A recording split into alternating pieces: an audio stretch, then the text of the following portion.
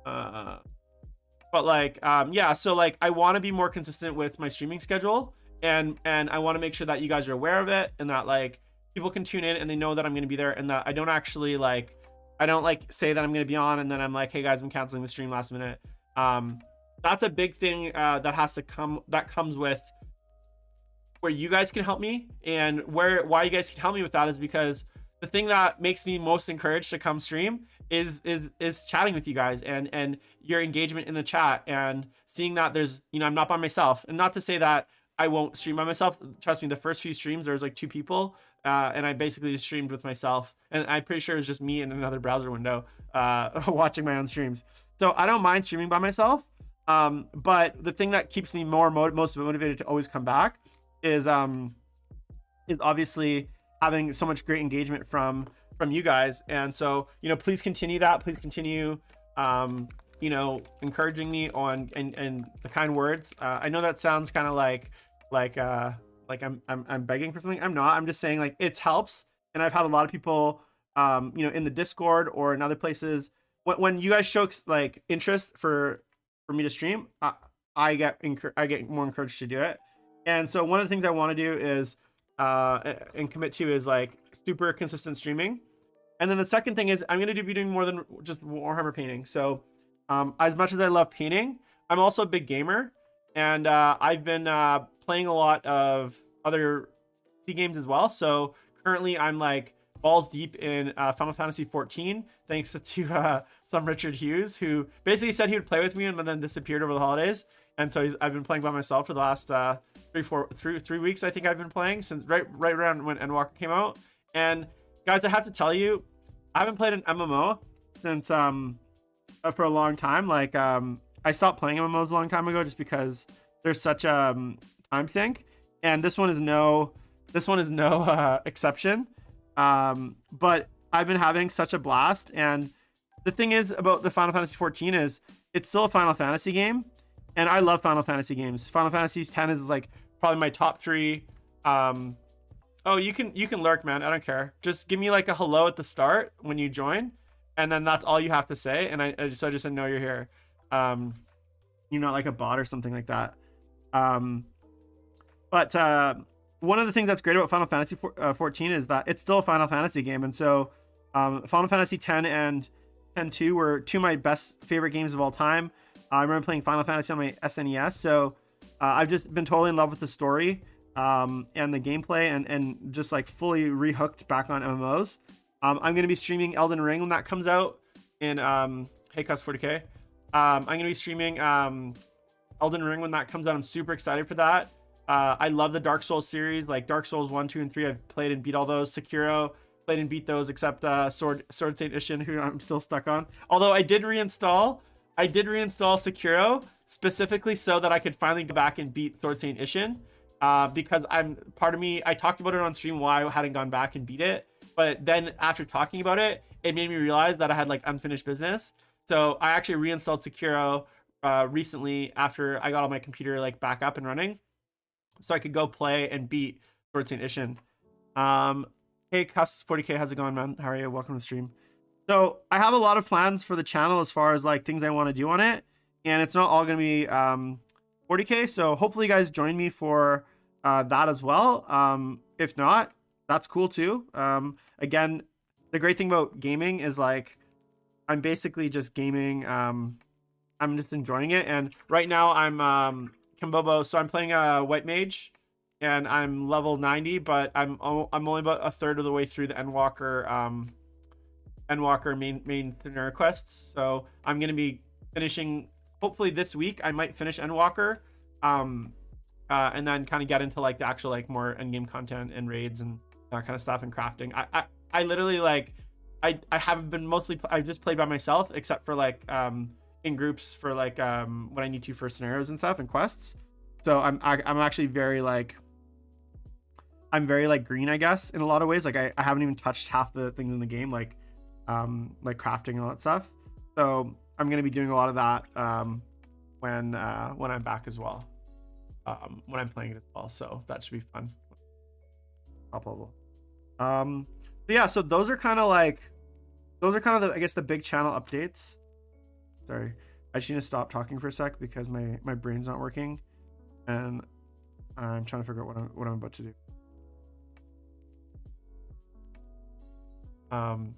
So here's the thing, Kembobo. I love playing healers because it's easy to get groups, and generally I like the slower pace, I guess. I've always played goalie in hockey, if that helps you give you better. So I was always the guy that saved everyone in hockey. I played an Inquisitor in EverQuest 2. I played a cleric in like Vanguard. I always played healer style. You know why I like healing better? I just, having been someone that rated at the very high end in EverQuest, I hated having to like, and I know this sounds bad, but like I hated to the stress of like parsing, like not being in like the top 3 of the DPS parse, and how perfect your rotations had to be in order to do that. Healing is kind of, people don't really parse healing. It's more just like, did we keep you alive or not? So like that for me has always been a little bit less stressful than like being a really I guess a good damage player. I did used to play a ranger in EverQuest 2. That was my very first character in my very first MMO. So I do like damage classes, but once I get to kind of the high end, the stress to hit certain like DPS in raids, it just ends up being like, I don't know, it stresses me out a lot. And I feel like I'm getting too old for like that level of like perfection, you know? But yeah, I like tanking too. The thing is, I wouldn't start with a tank because I don't know the game well enough. Like once I've gotten good at it and I know all the raids and like all the scenarios and all the bosses, then I'd feel more comfortable to tank because I've seen them as the healer. But right now, because I'm just still learning, like I wouldn't want to tank as a noob, and then everyone is relying on me to like usually lead the party, etc., etc. I have played WoW, guys. Hamish and Rumors. I have played WoW very briefly. Like I probably leveled, God, I want to say in like classic, I maybe leveled a character to like level 30 or 40, and I've never really raided in WoW or played high on WoW. I used to be, so EverQuest 2, which was like the main MMO that I spent most of my time in as a youth, that came out I think like a few weeks before WoW or like a month before WoW, and I was always an EverQuest player. So I played EverQuest 2 till all the way up to Sentinels of Fate, I think, which was like the 5th or 6th expansion. I don't even know. I can't remember. And then I quit, and then I came back a few times, and now like I would never touch the game again. But EverQuest 2 is always like my go-to MMO. And after that, I also played like I've played so many. I played Age of Conan, Rift.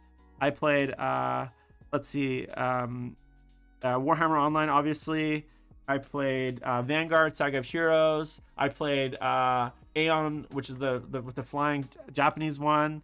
I played a lot of MMOs back in the day because after I quit EverQuest, once you lose, like EverQuest was my first MMO, and after you quit, you play other MMOs to see if you could recapture the magic of the very first one. And let me tell you, it's not something that happens.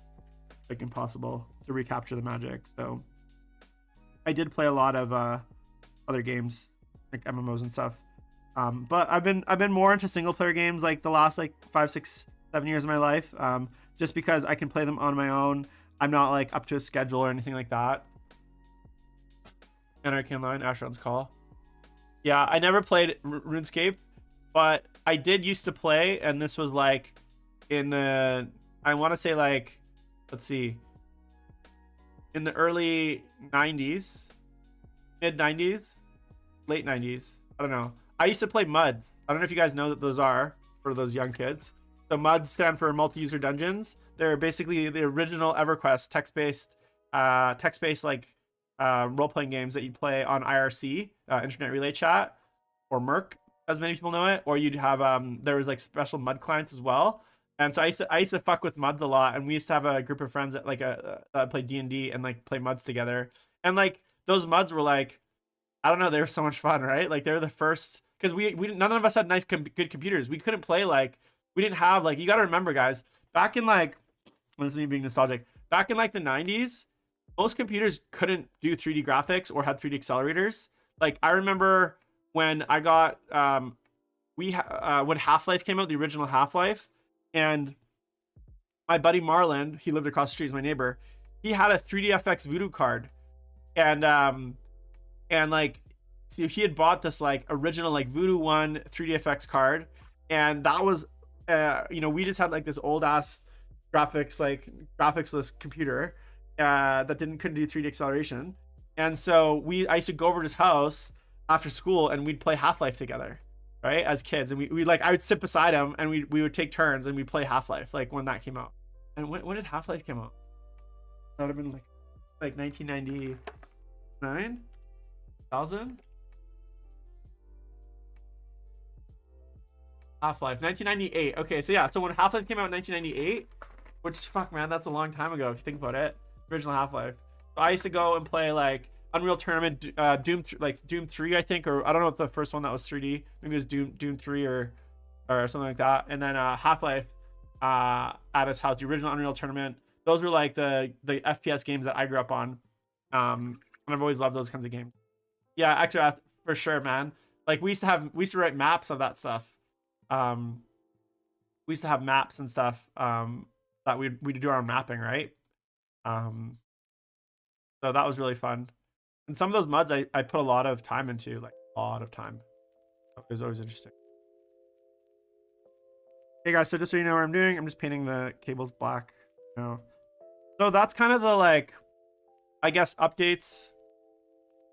Yeah. Like even the original Diablo and Diablo 2, my computer had trouble running Diablo 2. Like, and that was an old ass game. And like, I remember, like we were on dial-up. So like, you guys got to remember Diablo 2, when the loot drops, you have to click it as fast as possible. So I was always on dial-up and I had a slow computer. So on top of being on dial-up and having a slow computer, like loot would drop and like literally the whole thing would like freeze. And like, I would just click in empty air and hope that I got something because I could never see what was happening. Because my computer was old and my internet connection was awful, but I still obviously still played that game, like a lot of that game. So that was kind of the yeah, that was, I guess, the kind of updates as far as the channel is concerned. So just to reiterate, going to be doing more streaming of more games, not just 40K. Going to be doing more consistent streaming. I'll still be paint streaming probably at least 3 times a week. Don't worry. One thing that I would love, and that would be super helpful, is if you guys want to see specific stuff like techniques or tips or whatever, what I'll do is I'll create a category in the Discord.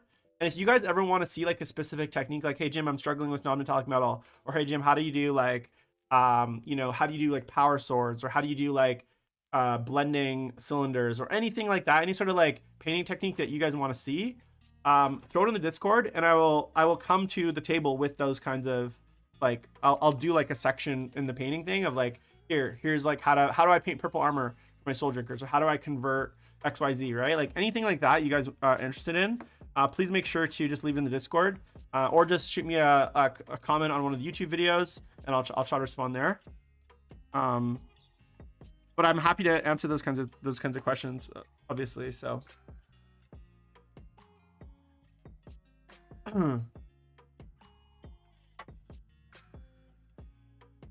yeah, I used to have so I think I've told this story before.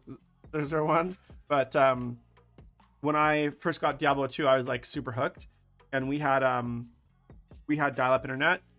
So I used to skip school to go play Diablo 2 at home. And obviously in 1990, like 2000 or whenever it came out, dial-up was not free. Like you had to pay per hour that you used. And the first month when Diablo 2, especially Lord of Destruction, dropped, I would skip school to go play Diablo. And our phone bill came, our internet phone bill. And I'd racked up like a $500 phone bill of dial-up internet as a like a 14-year-old or 13-year-old or however old I was. And my parents were like, they were livid. they were like so mad. They made me like they made me work like at their like office like mopping floors for like 5 months to like pay it off. Awful. Yeah, so I used to have the original Doom and then Doom 2 on all the floppies. I used to also have the one of the games I used to play. I don't know if you guys ever remember playing Commander Keen. That was like an old DOS game. Prince of Persia, the original Prince of Persia on DOS. That was like a super fun game. Also, one of my favorite DOS games of all time. Speaking of MUDs, this game called Morap's World. It was basically like a 2D dungeon scroller that was like procedurally generated. And you'd kind of go around and you could like dig down into the ground and like, you know, you'd get like, you fight monsters. It was basically a D&D game. I don't know how else to describe it, but that was a really fun game I used to play. But but the game that I remember the most, dude, like I've been on home. I've been part of the reason I haven't been streaming is because I've been addicted to Final Fantasy as well. I've been playing like some days I've been playing like 12 hours a day because I'm basically just at home. But one of the things I was gonna say is that I used to have where in Europe is Carmen Sandiego on a 5 1/4 floppy, and you used to play it directly off the floppy. Like you would put the floppy in and you'd like play it directly off the floppy. Like that was the kind of like old school gaming and shit, man.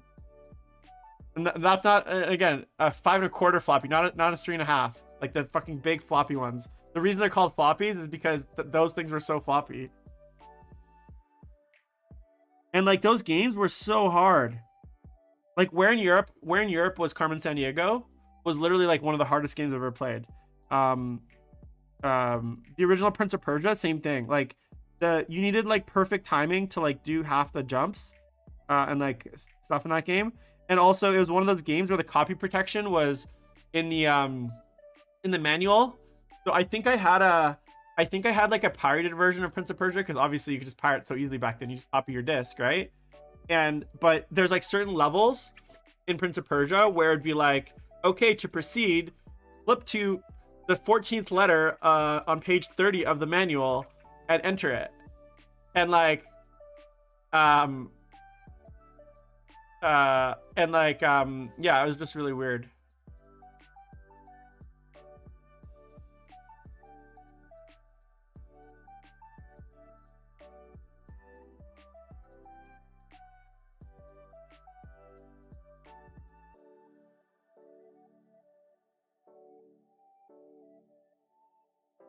Yeah, you used to have to put in the manual like keys, like a letter from the manual. And so my buddy owned it and I just had the pirated copy. So I used to have to call him whenever I was playing and be like, yo, I need the 13th letter on page 30 to get past like level 3. Those are the days.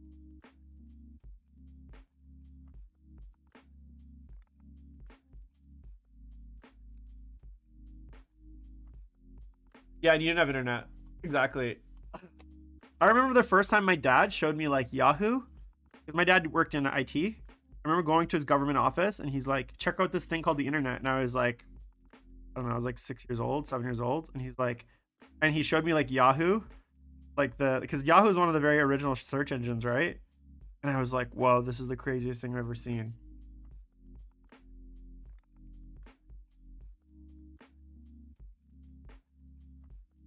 Those were the days.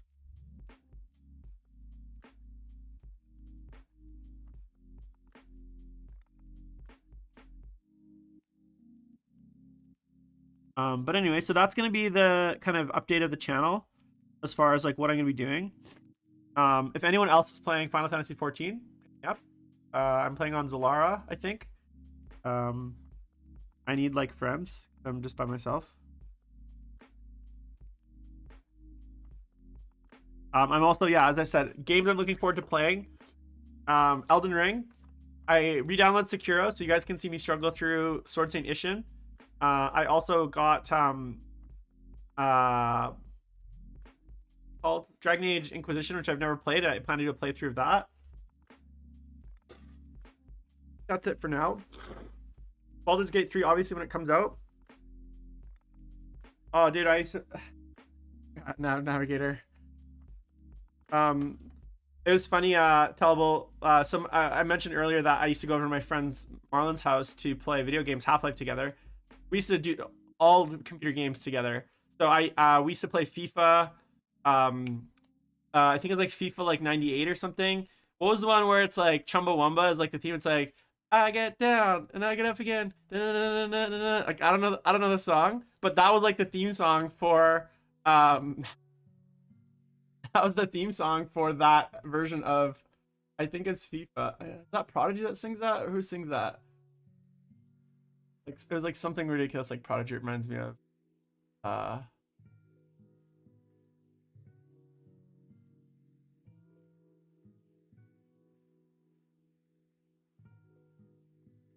can't play it on the stream.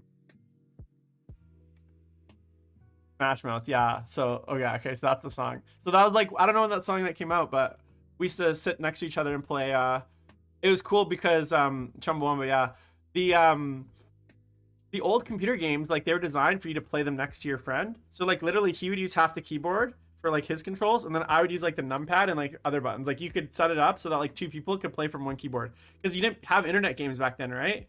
So like people would play 2-player games in person next to each other. It was hilarious.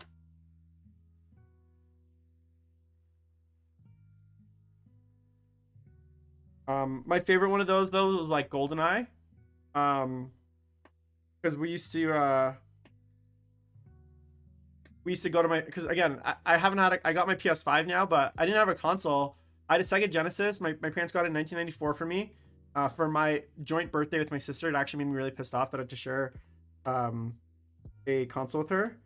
But basically, I got this the Sega Genesis. That was like the last console I got before my PlayStation here. And so again, same thing. I used to go over to my friend's house across the street and play N64 because he had an N64. And we used to just like, you guys remember playing GoldenEye, but like on a 4-player split screen, and like you would like look at where you have to walk with your face down to the ground, because if people could see where you were, they could like backtrack you. like what a crazy that gaming has come out so far, you know?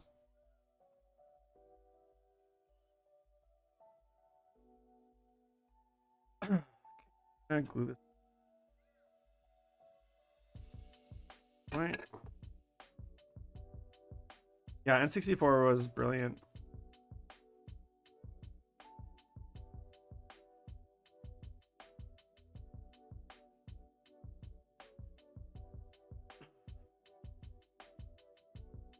My favorite games on N64 were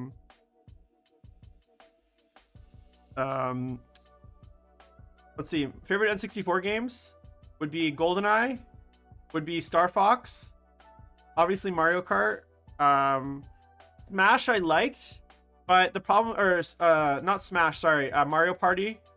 Mario Party I liked, but Mario Party used to destroy my palms with some of the weird shit you had to do. So like oh fuck,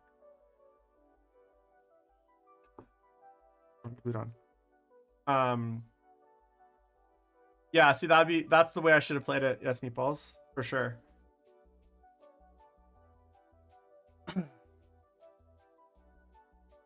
Oh, also, how can I forget my all-time favorite N64 game of all time, Shadows of the Empire, hands down, not even close. I would play that Hoth mission. Like, I beat Shadows of the Empire like many times, but that Hoth mission, I would go over to my friend's house to play GoldenEye. But before we played GoldenEye, every time I had to play the Hoth mission, because it was like literally reliving Empire Strikes Back. So for me, I would go over, I'd play the first mission in the game, the Hoth mission, and then we could play everything else. But I wouldn't accept that we could play GoldenEye or other games. Yeah, I said I didn't say StarCraft. I said Star Fox. I didn't know you could play StarCraft on N64. That seems like really fucking cool. I was never into the Super Mario's though. I gotta admit. Maybe that makes me a bad person, but hopefully it doesn't make me a bad person, but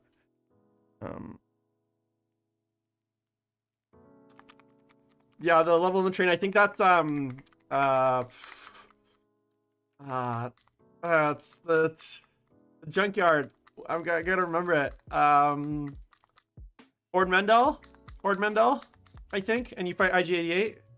Oh my god, I've been shaking this paint with the lid open for. I think that was Ord Mendel, maybe. Is that the right planet? Like the junkyard planet, basically. So oh yeah, speaking of old, yeah, IG-88 was the boss. TIE Fighter, guys, you gotta admit, TIE Fighter was like, for me, probably one of my top 5 PC games of all time. And that was like an unbelievable game at the time.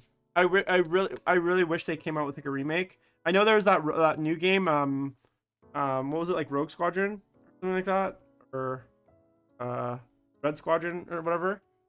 But yeah.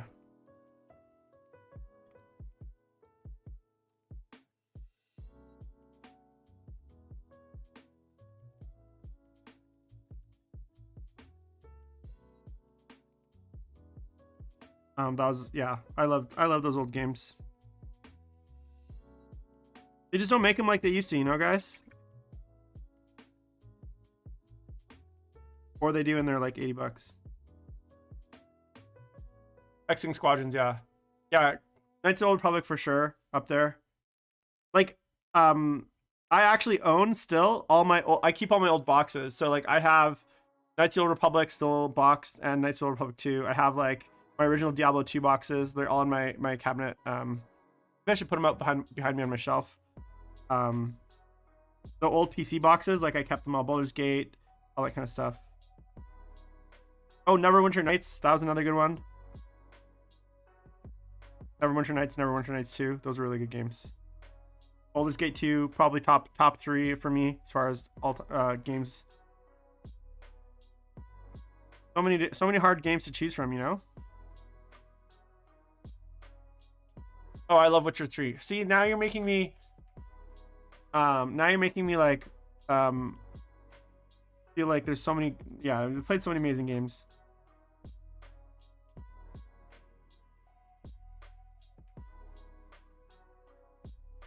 Witcher 3 is awesome. I actually reinstalled that recently too. I kind of want to do a replay. I only played through it once, and I never played through the expansions. And I heard they were quite good, so I've been meaning to replay it, but again, just priorities and time. And now that Final Fantasy VII is out for PC, even though I did buy it for my PlayStation 5, which was one of the main reasons I bought my PlayStation 5, I'd much rather play it on PC because A, the graphics, B, I much prefer PC console, and C, I can stream it, and also I can mod it. So I'm tempted to just repurchase it for my PC. I think I still have my original Baldur's Gate 2, and I think it was like on 6 CDs or something like that.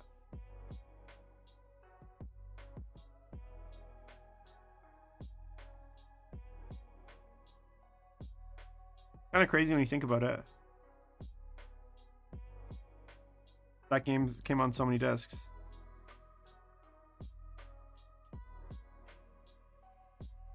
Yeah, I'm thinking I might.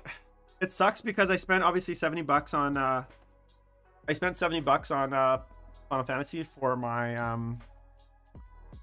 PlayStation, and really that and Bloodborne were like the 2 games that I really wanted to play on my PlayStation 5. But the thing is, so here's the thing. We're just saying it's a great game. We were talking about great PC games. Reminiscing. Some of the like best games of all time.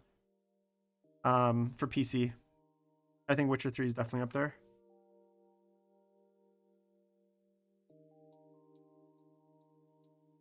Yeah, that's awesome. If you guys haven't, play the first 2 as well. I mean, the first one I actually found really hard to get through.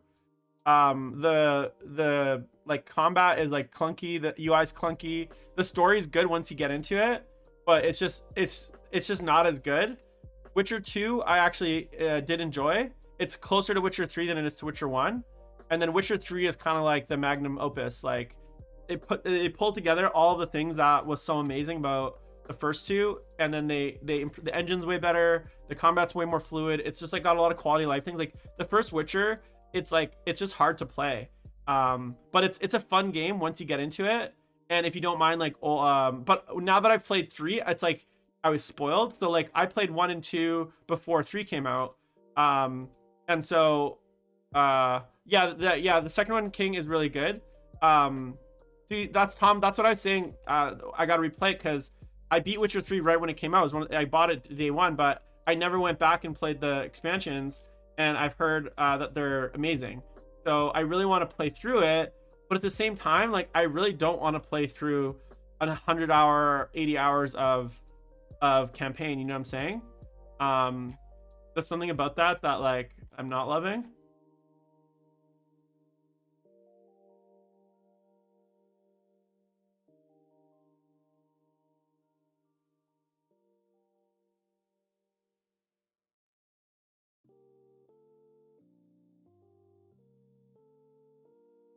Yeah, I'm just not stoked to play another 100-hour campaign. Yeah, but like, doesn't that feel like cheating kind of?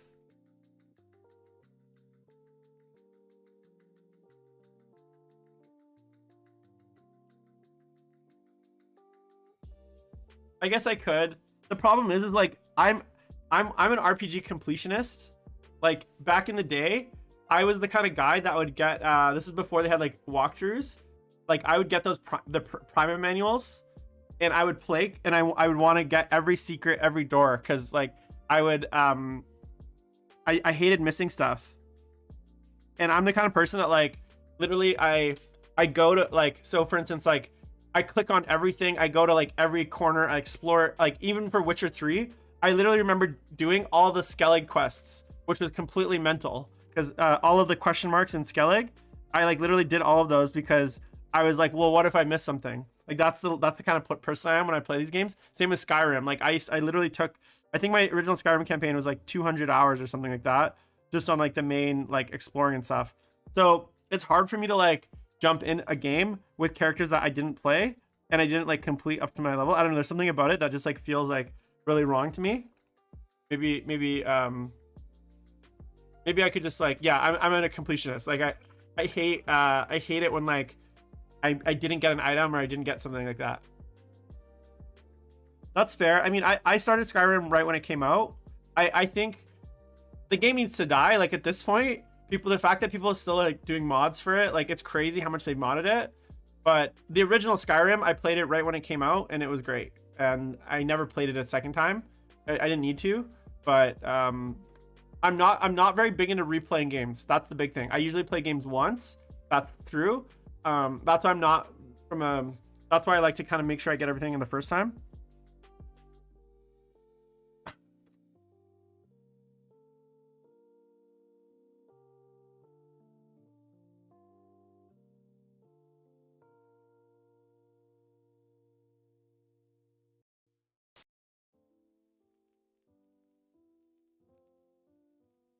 Okay. I'm convinced. Convinced. All right, I'll do it.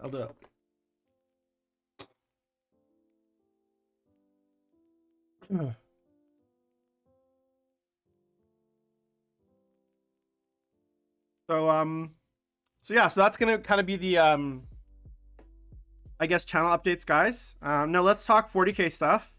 So I have some thoughts, some strong thoughts on the current state of the game, for those of you that care about my opinions. So I guess first thing I want to talk about is Eldar. I know there's been lots of controversy in Eldar. Not controversy, but I'm actually really excited for Eldar, guys. I'm gonna play it.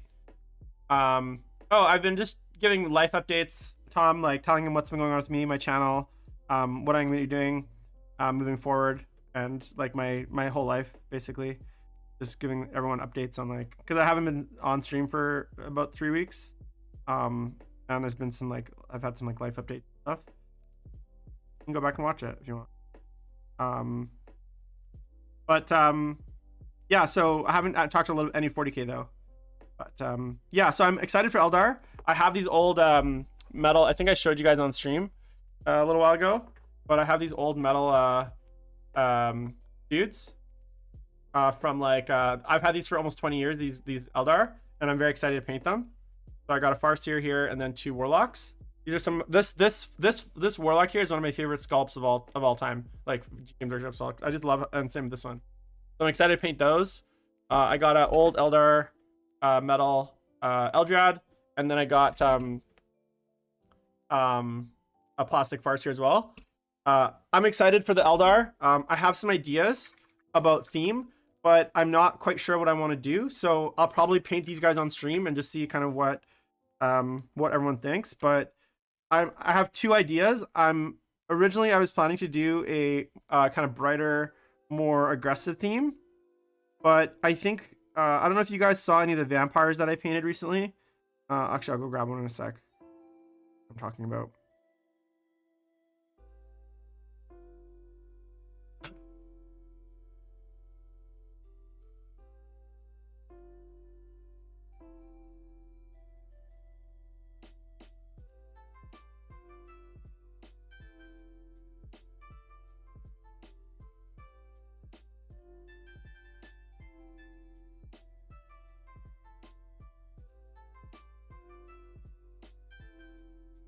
Okay, so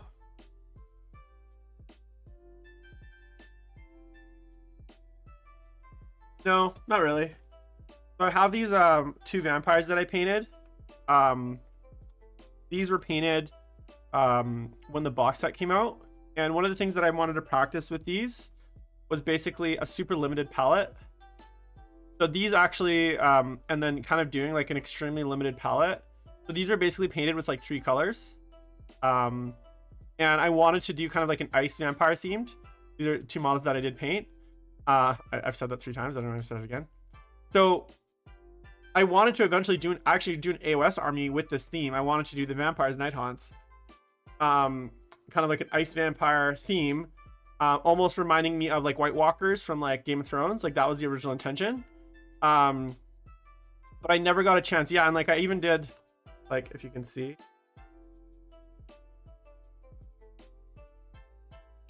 Like blue, you know, they got like glowing blue eyes. I wanted to give them like a very much a White Walker-ish look, and then give them a little bit of texture in the armor, so you can see like I did like little brushes. And then with color, the only thing I wanted to color was just a little bit of red with the gemstones, right? So that's the only bit of color, is like just a little bit of red.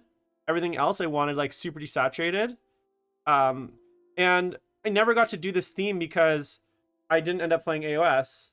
And now I'm thinking maybe I do something like this for my Eldar.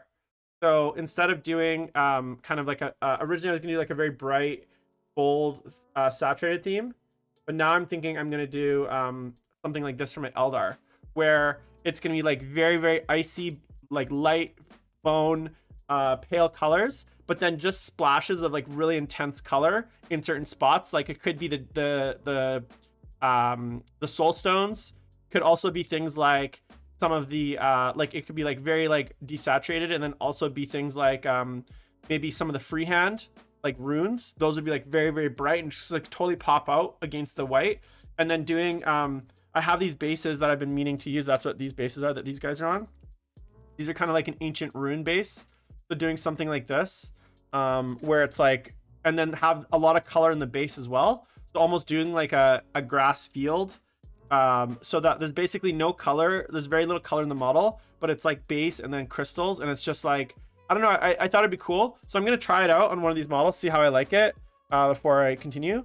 If not, I got some other ideas, but that's kind of what I'm thinking right now as far as like theme. I want to do something very unique. I don't want to do obviously one of the current craft worlds because like I want to be able to play it as whatever I want, right? Just like I would recommend most people, if they're starting a 40k army, to never paint according to like the box art. Like always do a custom craft world, so to speak. So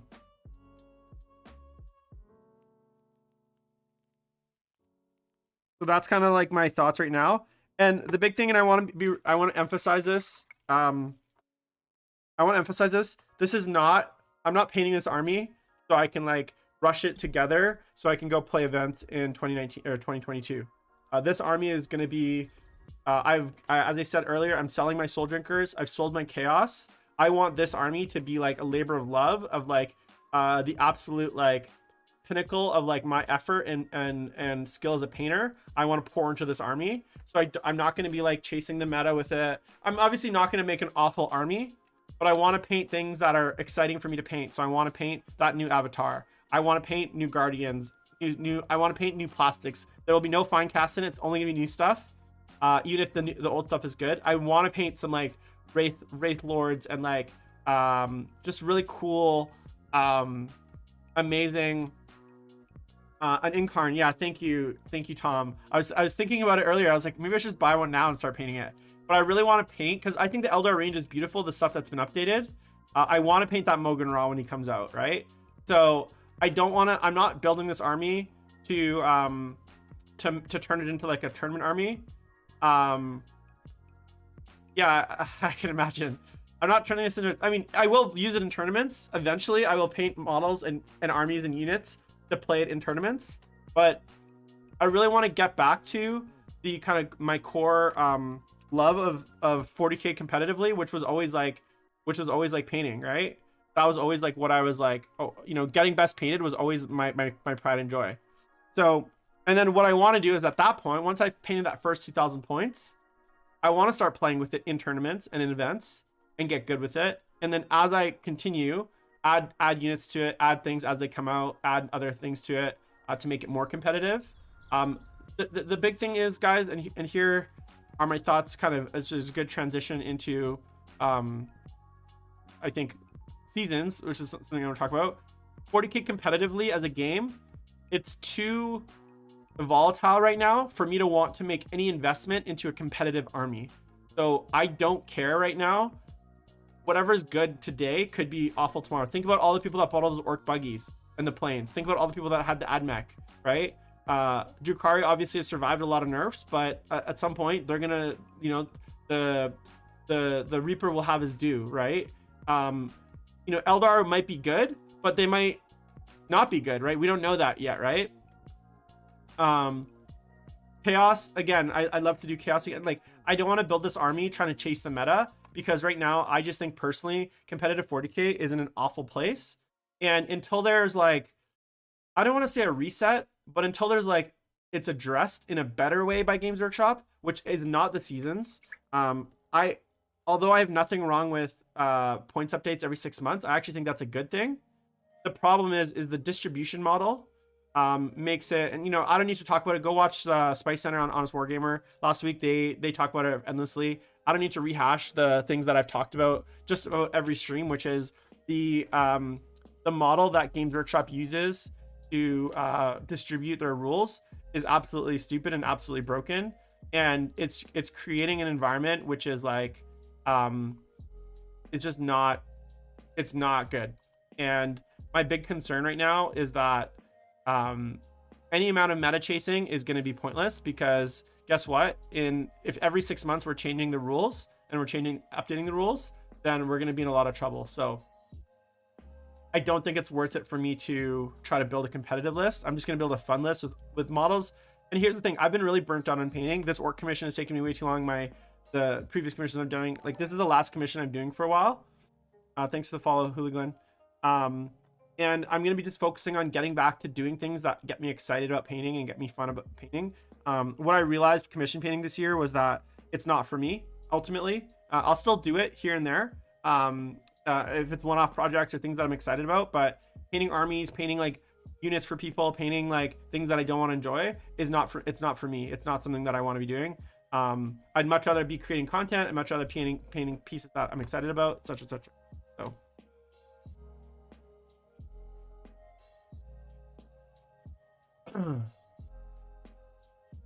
So we'll see. But yeah, I'm excited for the Eldar. The new Guardians look great. Like, they don't look like they're a huge difference from the current ones, but they look different enough, or they look refreshed, and I think that's all people really needed, right?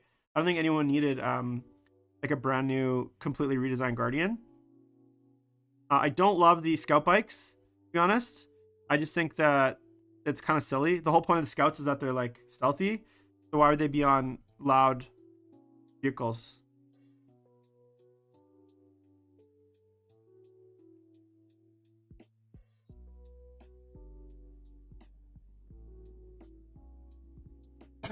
Yeah, I don't trust them with the new chaos either. So I'm not like going to be restarting chaos anytime. But again, if like a really cool chaos model comes out, I want to paint it, right?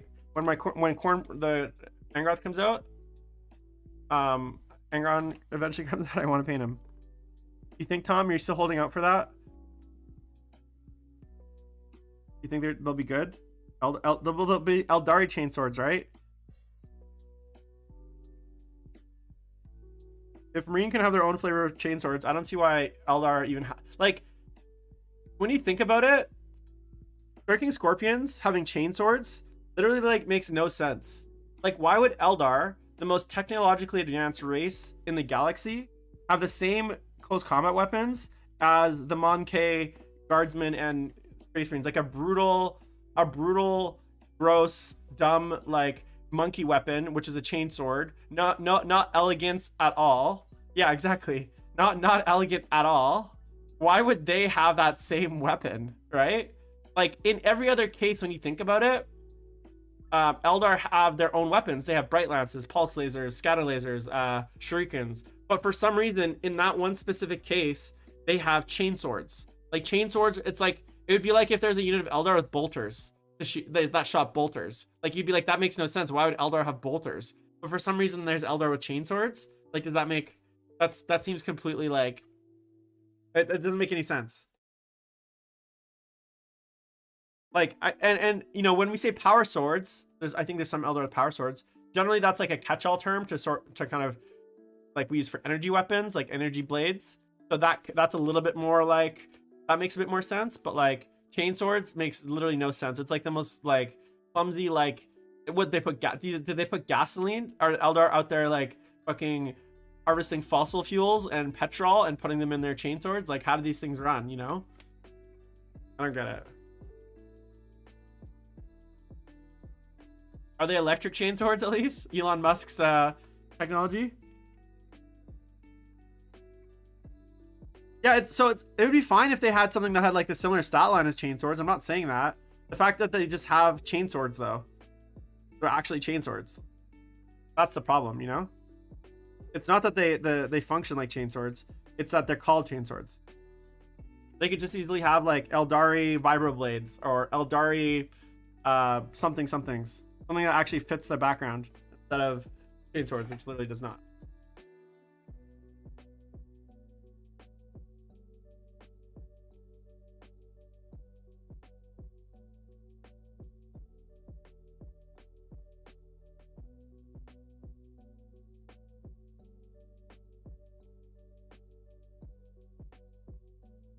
So yeah, so I'm excited for Eldar. I think the 40k seasons thing is a huge mistake, personally. I think they need to focus on getting the rest of the codexes out and get them out in a manner that's like good. And then I also think that they need to actually slow down the amount of, like, once that's done, they need to stop putting out rules for a while and just focus on getting the game balanced and working on like that kind of stuff, personally.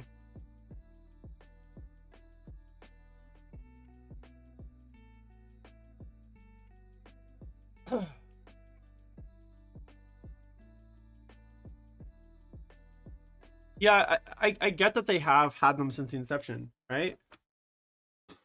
There's nothing wrong with that. The problem is you'd think by now they would have like changed that, or they would have evolved.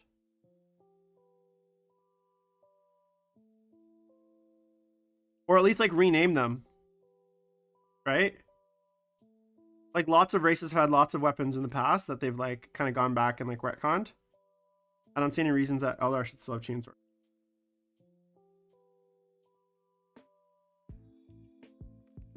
Makes no sense.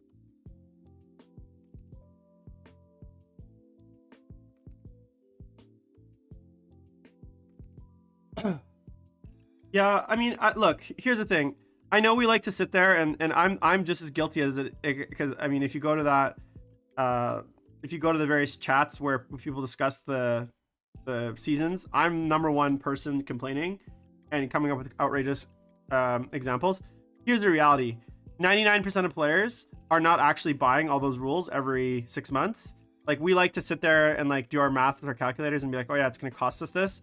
There's almost no scenario where like that actually in real world happens. In most cases, players just either copy the rules or they do something else. They get the rules in other ways, and that's just the reality, right? Like, there's very few people that actually go and buy all those books. So I think it's a bit of a false, I guess, narrative to say that like, yeah, everyone's going to be having to spend this $200 every few months. But with that said, there will be some percentage of players that do that, and I think that's an issue. And then obviously, depending on your TO or whatever's going or wherever you're playing, like, I could see issues where if you don't do that, you could get in some sort of trouble. So yeah, it's definitely an issue. In real life, do I think like every player is actually going to be like, you know, spending that money? No, but it's the precedent, right? And it's bad. It's a bad just like, yeah, it's just a bad precedent. The last thing we need is more rules. What we need is better and like more concise rules that are like more accessible, I guess, and easier. What I would think that they should do, personally, is like, if they move the rules digital, one of the great things about that is that not only can they update them digitally, but you can also like update them like piecemeal. So for instance, and this is a really good example, like we have you know, let's use like rule of 3 for an example, or if you guys remember all the beta rules that we had in 8th edition, right? And then what happened was like we had all these beta rules in 8th edition, and like each of those rules kind of came out on its own, but then that became an update to the game. Like, the game rules have changed, and you need all these FAQs, you need all these documents. Now imagine a world where Games Workshop, instead of saying we're going from 8th edition to 9th edition or 9th edition from 10th edition, we're saying, okay, what we're going to be doing in 2019 or in 2022 is what we realized is that there is a huge problem with the killing power in the shooting phase. So what we're going to be doing in 2022 is we're going to be doing a shooting phase weapons update. And this is going to update across the board weapon profiles, shooting phase mechanics, just in that one phase. And that's going to kind of get pushed out first as a beta set that people could review, that people could read. And then second as a release set that essentially plugs in and updates across all platforms, across all army books and rules. And now all of a sudden, we have the same core rules we're playing, except that the module of the shooting phase and the shooting rules have been completely revamped. And now the next, well, we got, hey, we noticed that flyers are an issue and flyers are causing lots of problems. So we're going to now address this flyer issue by doing a complete rewrite of the entire flyer section and the entire flyer rules and everything, the stats and the points and everything around flyers. We're going to completely rewrite and completely rethink. And we're going to push that out as an update. Now, again, we're going to push it out first as a digital test rules, and then eventually as a mass update across the game. So now instead of editions having to be these big sea changes where like, it's like all these rules change all at once and all kind of like permanently for 5 years. It's like, hey, let's change one thing about the game and see how, and that can be 9.1 edition. And then we have patch 9.2 and 9.3. So when you go digital, we can treat the game more like a piece of software and have incremental changes over time. And that way, on top of that, anytime a new player wants to come, there's just a single point of access for all rules. So if you want the rules for 40K for everything, you go to gamesworkshop.com. There's a big thing with the rules. There's the core rules, and then there's the army rules. And there's everything that you need is in those 2 documents. There's no FAQs. There's no like chapter proofs. There's no supplements. Everything you need to play your game is in 2 documents. It's in the army book. It's in the rule book, the core rule book, which is available for free and it gets updated digitally, and it's in your army book, and everything lives in those 2 documents. There's no more than that. And if they want to introduce supplements, they roll that into the main codexes. If they want to add things like, now they can obviously have things like crusade and scenarios and stuff separate, but as far as like the actual gameplay rules, they can basically roll everything into a single 2 documents, right? and it's like all your points and rules are centralized in one place and fully updated, and all your core rules are fully, and you know, there's an FAQ that maybe like a living document, living FAQ. And the other thing is, if they're finding that there's FAQ, right? Here's what you do with FAQ. Ask yourself not just what's the answer to that question, but ask yourself, why are they asking that question?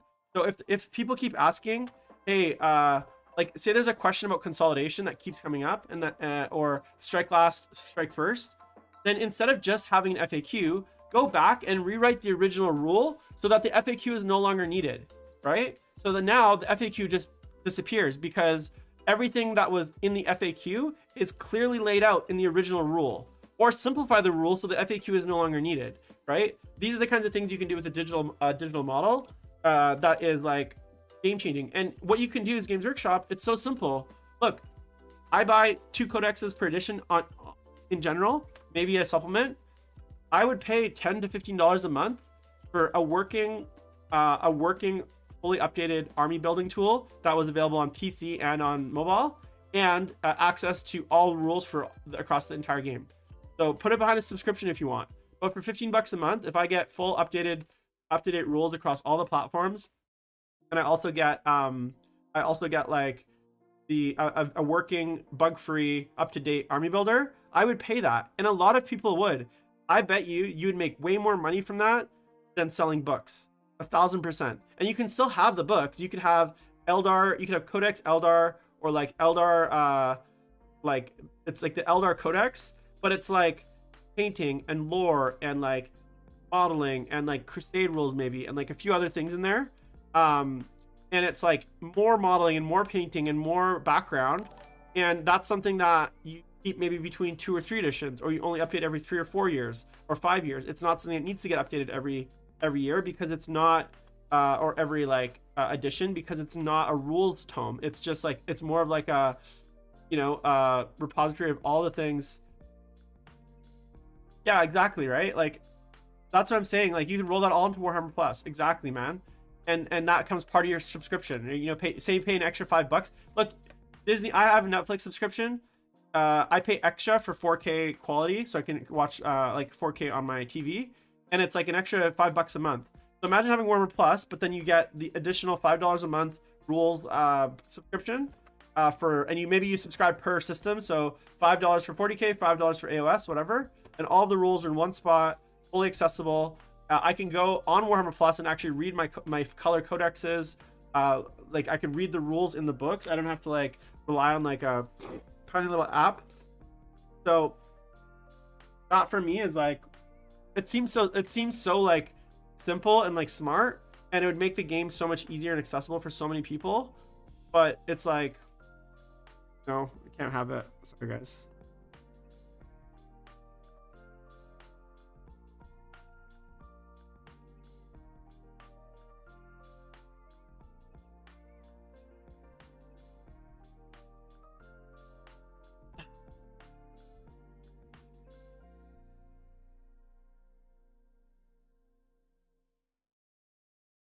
But yeah, that's what I would kind of do.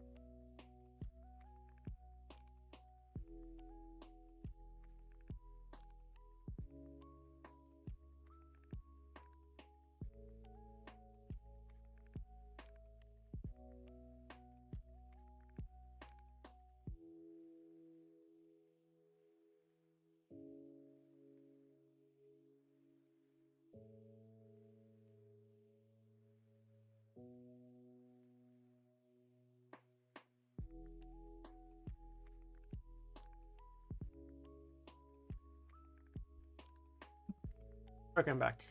Yeah, so that would be kind of my thoughts on, I guess, what I think Games Workshop should do with their distribution model. And then what other things are kind of dramatic? Railguns. So let me give you guys my thoughts on railguns. And I know, Tom, if you're in the chat, I know there was some like lots of like debate on why I think the railgun is stupid. And it has nothing to do with whether I think it's good or bad. Right? So like I actually think in the end, and a lot of people are pointing this out, and I think I've seen some like math hammer stuff on it where it's like, okay, well, on average, you know, 2 of these other weapons, like a unit of chickens does the exact same thing, blah, blah, blah, blah, blah, right? Part of the, for me, and this is my opinion, so let me know if you guys agree or disagree, but part of, for me, what makes like playing a game fun is that I'm playing a game with someone, and I'm not just like simulating a game on a computer, right? Like, and the thing that I don't like about the railgun is, for me, it's uninteractive. So what that means is I, as the opponent, get to perform this thing, and I basically remove your agency from the game in every way. So in a sense where like the thing that you get to do or have, whether it's you made a choice to bring a model with an invulnerable save versus not. You got a choice to bring a model that was like T7 or T8 because you were trying to balance out your game. Like you have all these choices that you make when you build your list. And for me, the problem with the railgun is it removes that interaction, and it makes it so that I get to basically roll dice on my side, and then you don't get to do much, right? Like I roll my dice and you take off your model, and that's basically it. And it removes that interactivity from the game, and it makes it a very one-sided experience, and it makes it very frustrating to play against that. Like it's not fun when I have no opponent agency in like the game, and it feels like things are just happening to me and I can't really do anything about it. You know, at least with something where there's like more dice involved. So like, let's say those chickens. Yes, a unit of chickens can like probably do as much damage to a single unit, but at least then I get to, you know, there's more interaction. There's like wound rolls. There's some decisions I get to make. Do I want to re-roll the save? Do I want to do this? Do I want to do the other thing? The fact that the railgun just means basically no invulnerables, no armor saves basically, and inflicts mortal wounds. So there's very little agency there. And it does so much damage means that like if I hit and wound with it, you just take off your model, and that's it. Like you take off your model, and like that's that interaction that we have. I get to shoot you, and then on the other side, if I miss the one shot, I'm upset as the Tau player because now my big fancy toy did nothing. And now it feels bad on both sides. So it's like no matter what outcome you have with something like the railgun, it's a feel bads because either you pull off your opponent's model and he gets to do nothing about it, or you know, your railgun does nothing, right? In both cases, I think that's bad game design. I think that's unfun game design, right? You know, in the end, why don't we just use why don't we just stop rolling dice and we'll just play versus probability, right? Like that's essentially like why I think it's not good for the game, because it removes agency from at least one of the players, or it makes the player that brought it feel like their models are not useful, right? And that the choices that they made didn't matter because it just takes your model off instantly, takes that dreadnought off one shot, takes that other thing. And so I just don't like that. I think that's bad game design. Ideally, if I'm playing with someone, I roll some dice, you roll some dice. There's a push and a pull, there's a tension, there's things that are like, you know, back and forth. It's not this kind of like binary. Does it work? Yes. Okay, your model's dead. Or no. Okay, my unit does nothing. Like that's the only result. It's either nothing or dead. Like when that becomes the range of outcomes, it makes for really bad games. It makes for unfun games, and it's a shitty design. Again, that's not to say that it's not a good unit or it's not a bad unit, but I think in the context of a game like 40K where both opponents should be rolling dice, there's like choices to be made, I think it makes the game unfun, and that's why I don't like it. It has nothing to do with whether I think it's good. Even if it was 500 points and unplayable, the fact that I could put a model on the table that essentially just stops you from playing and stops you from playing against me is unfun, right? Yeah, exactly. That's a great Nat. Going, that's exactly what I'm saying. It's just, it's not a fun mechanic. It's poor design. And that's my problem with it. My problem isn't, do I think it's too good or do I think it's too bad? My problem with it is it's just, it's poorly written. And there's so much more they could have done to like make it actually like, I don't know, I guess interactive. And on top of that, like, it's just over the top expensive, right? Like, sorry, it's over the top amount of damage. Like, yeah, it just sets a bad precedent too. I always feel like Games Workshop gets attached to like certain mechanics every edition, and then they kind of go all in on them. And like now it feels like every army is getting like -1 damage, and then they're countering it with like these crazy weapons to kill them. If it was up to me, what I would prefer is if as I said earlier, like this balance update, imagine they went through all of the weapons of the game, right? All of the weapons and all the stat lines, and they made everything less killy. So the game slowed down a little bit, and they made things like, I think the game as a whole is too killy. I'd prefer if things weren't killed so quickly, if the damage was lowered, not too much, and then obviously as a result of the damage being lowered, also looking at things that lower damage. So for instance, you know, maybe 3+ is the best save you can ever get, right? So it's not just one-sided. We're going to lower damage, but we're also going to lower defense a little bit, just a little bit, so that it doesn't become a game of like tar pit. So things actually do die, but they don't die wholesale instantly, like without any sort of like interaction. So things are able to hurt things, but it's like, it actually requires like dice rolls and like success and like these kinds of things. Like right now, often I feel like with how killy the game is, it's just gotten to the point where it's just not super fun, you know? That's just my thoughts on it. Like, I don't know what you guys think. I don't know if you guys like the amount of killing in the game right now, or think it's like too little, too much. But for me personally, I would much rather less death, I guess. And then maybe even smaller point games as a result, right? Maybe because there's more on the table, we go down to like, you know, 1,500 points or 1,750 or something like that. That's what the game a lot of people used to play in 40K. So let me know what you guys think in the comments or in the chat. I'm interested to hear what kind of people's thoughts are.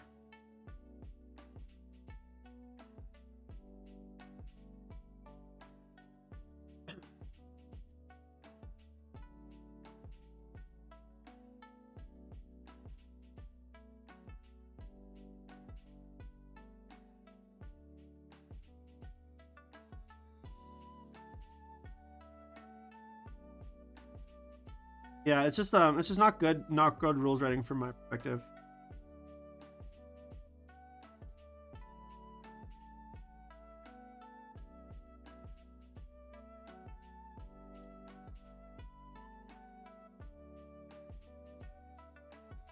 So that's my rant on the railgun.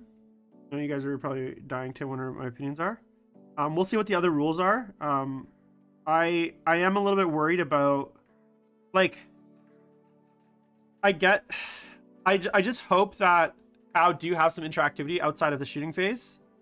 You know, obviously I don't think they're gonna give them psychers or anything, but I do hope that they make things like crew and I don't know, the Vespid a bit more competitive. So that and like the Farsight stuff, or the close combat-y dudes, a little bit more competitive, just so that it feels like the army has a bit more options.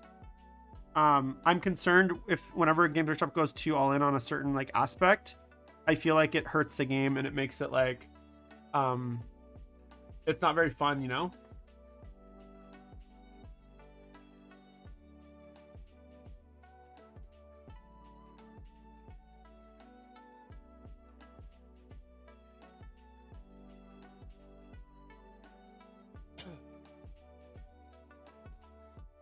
Yeah, I agree, Hakon, and it's cool to have like a model with like a super gun, like shock attack gun, whatever. But the problem is like, what it does is the other thing that it does, and I didn't say this, it skews the meta too much, right? Because like, especially the way the game is designed, big models, individual models don't have the kind of, there's obviously there's a reason that like like troops are so valuable and like individual models don't see a lot of play like big models, it's because when you get into like the math, there's no matter what weapon profile you're talking about, any unit that requires just more wounds to kill is inherently like better than any unit that requires more shots to kill is inherently better than a unit that can be killed by one shot, even if like the unit that can be killed by one shot has other advantages. So we just end up in the situation where like you're gonna see like dreadnoughts disappear. Primarchs already don't see a place on the table. Tyranids monsters. There's all sorts of other like you know, types of units that are just not gonna see play anymore, because like if someone shows up with a single railgun, that's GG, right? Like it's too much of like bad matchup to overcome. And that doesn't make for good rules design either, right? When whole categories of units are just completely like unplayable, right? Because, you know, there's certain things like running around. Like a good example of this, would be the way secondaries are right now. Means that something like Abhor the Witch, which I don't think should be exist, because of Abhor the Witch needing no psychers, and a lot of people like what it does is it means that and then there's that Thousand Suns one that requires the other army have psychers. Between those two secondaries, it pushes psychers away as an option from the game. Like it shifts the meta. So now other armies don't want to bring psychers because they can't take Abhor the Witch. And if they do bring psychers, then you get to use that secondary on them that makes it like basically an automatic, you know, 12 to 15 points every game. I don't think that's good design. Like I don't think it's good design when the core rules discourage wholesale types of units. I think every unit should be viable, and you shouldn't be punished kind of like a crazy amount just by because you want to take a librarian, right, in your Space Marines. Or you shouldn't be in a situation where you basically auto lose a game because you chose one specific unit, right?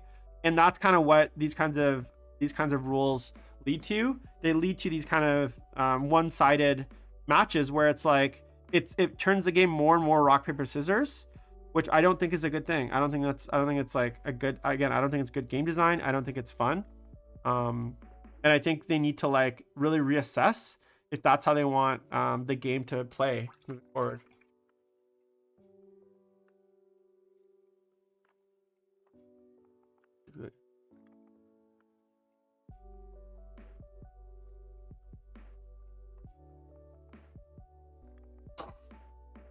Yeah, I didn't play Yu-Gi-Oh, but that's my point, right?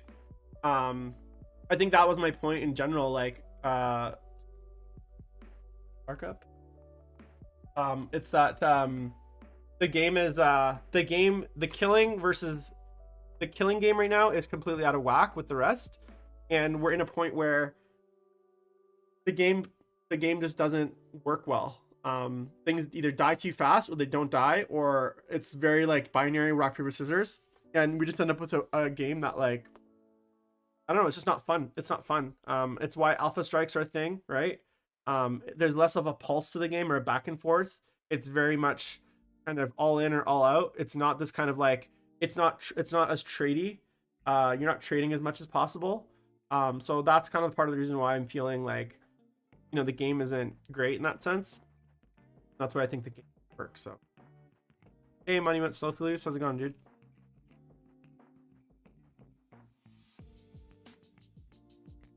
Or dude, gal.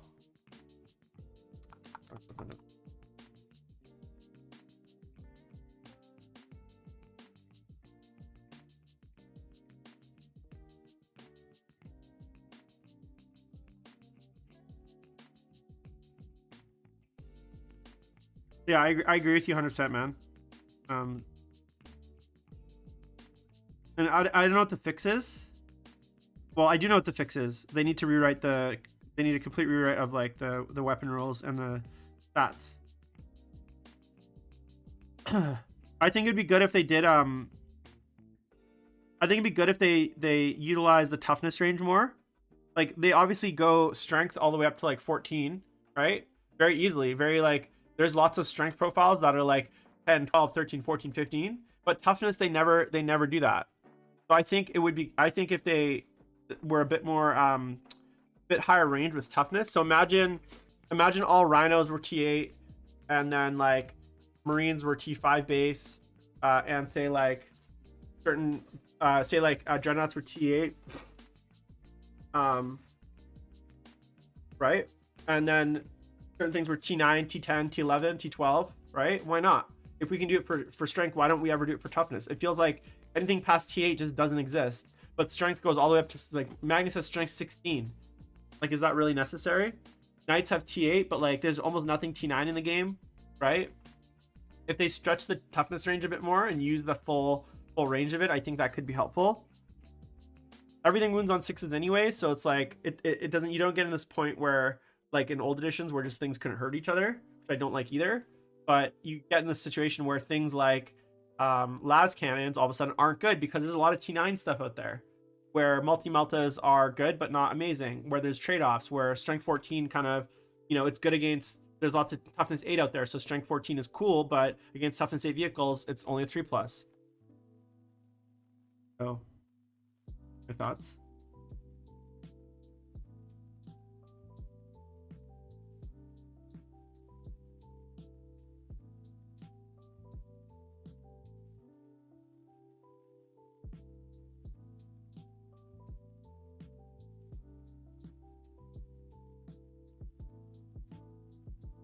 Anyways, that's kind of, I guess, I don't need to beat a dead horse, but kind of my big issues with the game right now. And part of the reason I'm not playing is a ton of competitive, so. I do want to get back to it, though. Don't get me wrong. Also, there's like crazy COVID still here. So even if I wanted to play, it wouldn't really be happening. We're in Omicron, so. I know a lot of people are canceling their LVOs right now due to COVID. Especially like international travelers. I don't know anyone else. I think a lot of the people that were.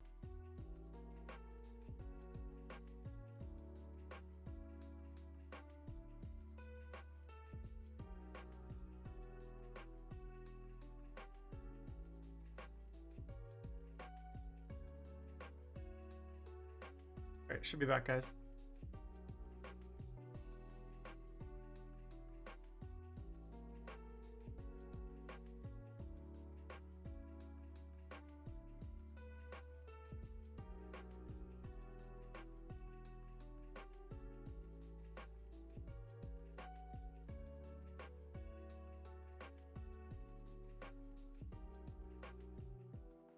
I was just having some trouble with my VPN.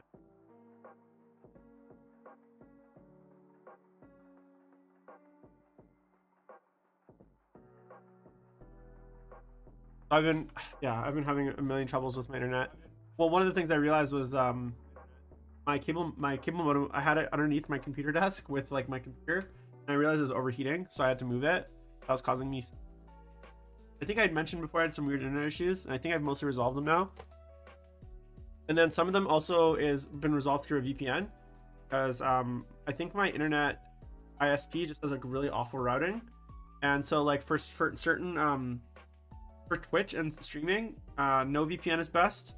But when I'm like doing web browsing and stuff and gaming online, for some reason the my ping is awful. So the VPN actually helps the routing of like game servers and stuff, and I get much better ping and much better responsiveness. I don't know, it's really weird. I don't know what to do. Okay, what am I doing?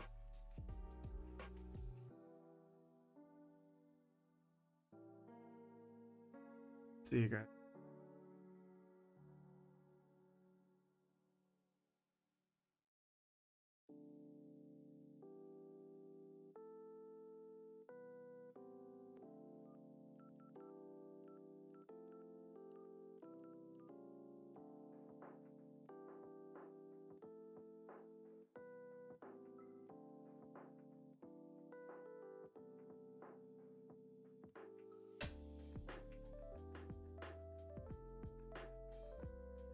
About like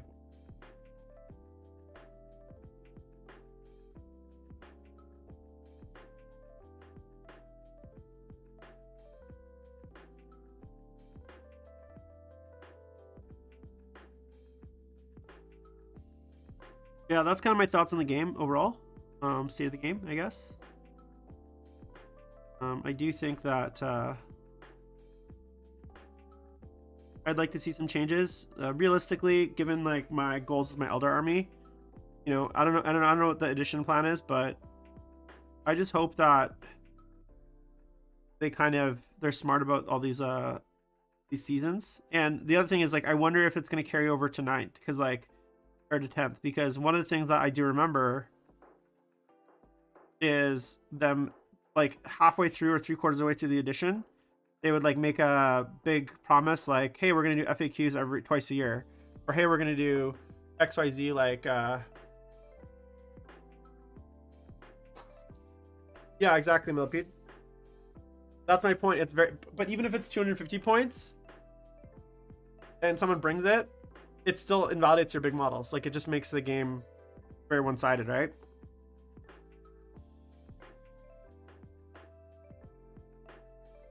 Because correct me if I'm wrong, but I'm pretty sure hammerheads have other guns too, right? Like, don't they usually have missile pods as well?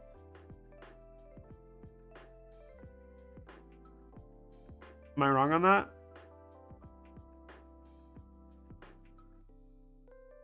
And like secret missiles and stuff?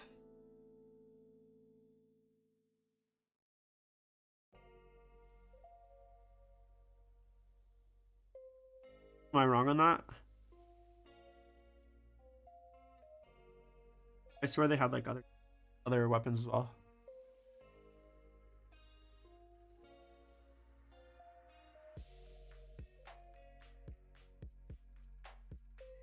And the worst part is it's apparently not even the most powerful gun in the book. They said that.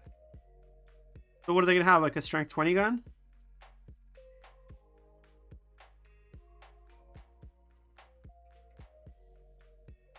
That does 10 mortal wounds? Like, I don't understand.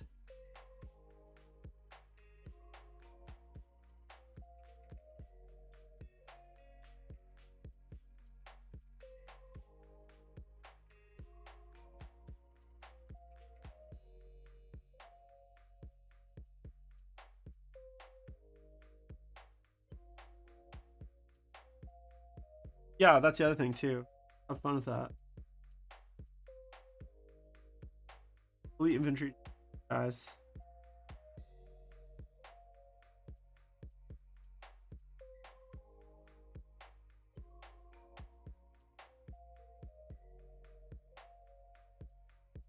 I bet you they have a strat that lets like your wounds carry over or something.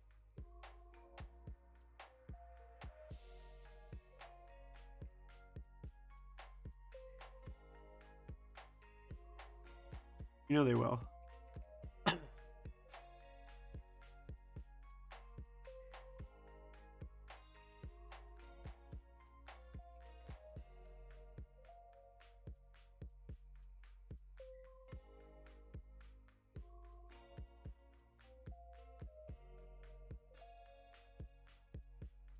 Yeah, I don't know. It's been a while since I've how.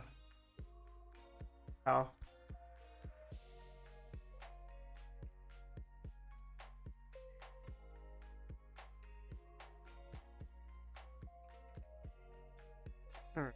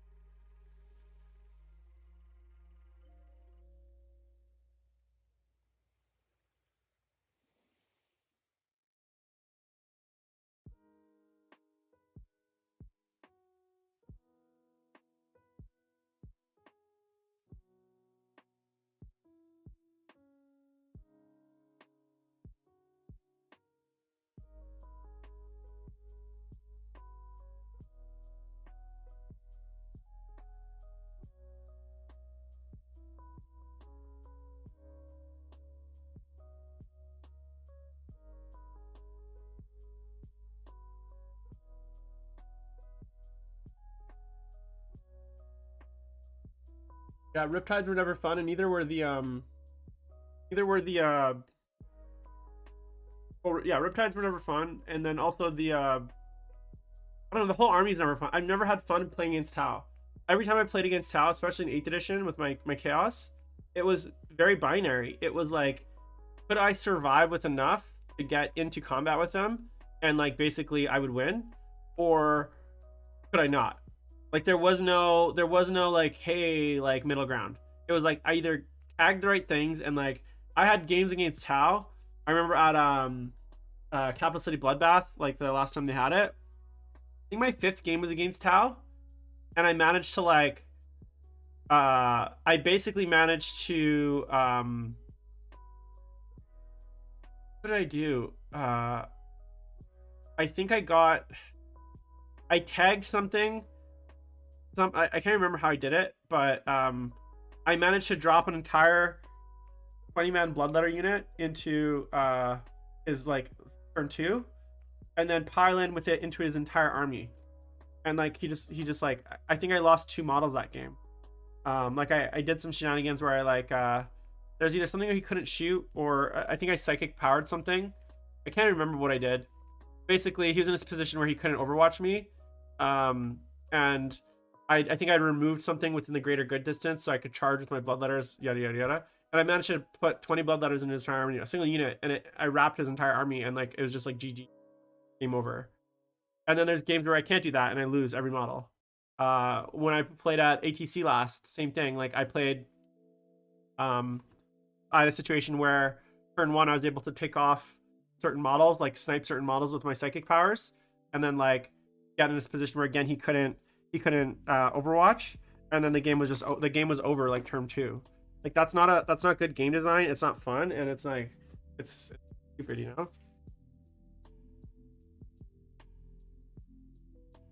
What do I know?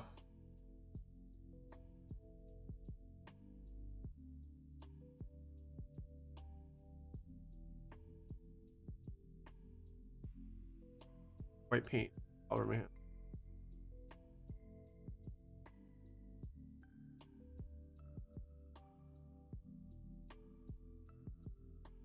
So thanks everyone for tuning in today. I was very happy to have an audience. I wasn't sure if you guys even remembered who I was after not a month, and if anyone would even join. So tomorrow I'm going to be streaming some Endwalker, I think around 5 o'clock. So come hang out with me. Don't spoil it if you've played through it. And then I'm playing through the story quest, which is a thing. So it's actually like, it's not me just like doing boring shit. And then I'll be streaming on Wednesday. Same thing. Beginning on Wednesday. I'm going to actually do some Eldar this week, I think. So probably for the next stream, I will maybe get those Eldar models primed so that we can paint it on stream together. And yeah, the goal is to kind of stream about 5 days this week. I'll give you guys lots of updates on like what's going on with like my job and like what next steps are, or where I'm going and what I'm doing and not doing. But as I said, I want to plan to increase my consistency in streaming, and also as I mentioned, if you guys want to see anything specific, technique or models or whatever, jump in the Discord, throw some suggestions in there. And the podcast will be coming back as well. I know you guys have been asking about the podcasts. They will come back. I'm just rethinking the format, kind of figuring out exactly what I want and how I'm going to bring them back, and when they're going to come back, and who's going to be on them, and all that kind of stuff, and what the new format's going to be, given that, like, as I said, I'm not playing a lot right now, so like me chatting competitive 40k is probably not the most like exciting thing, and or like valid thing, because like I don't really probably know what I'm talking about in a lot of cases. Yeah, so that's progress on Gazgul. Hopefully he'll be finished this week, and then we have a few killer cans to do and be all done. So with that said, I'm gonna sign off, guys. It's been about 2 hours. Thanks everyone for joining. Make sure to like and subscribe to the channel, Twitch and YouTube. Jump in the Discord. Thanks so much for all your support. I love you guys, and I'll talk to you soon.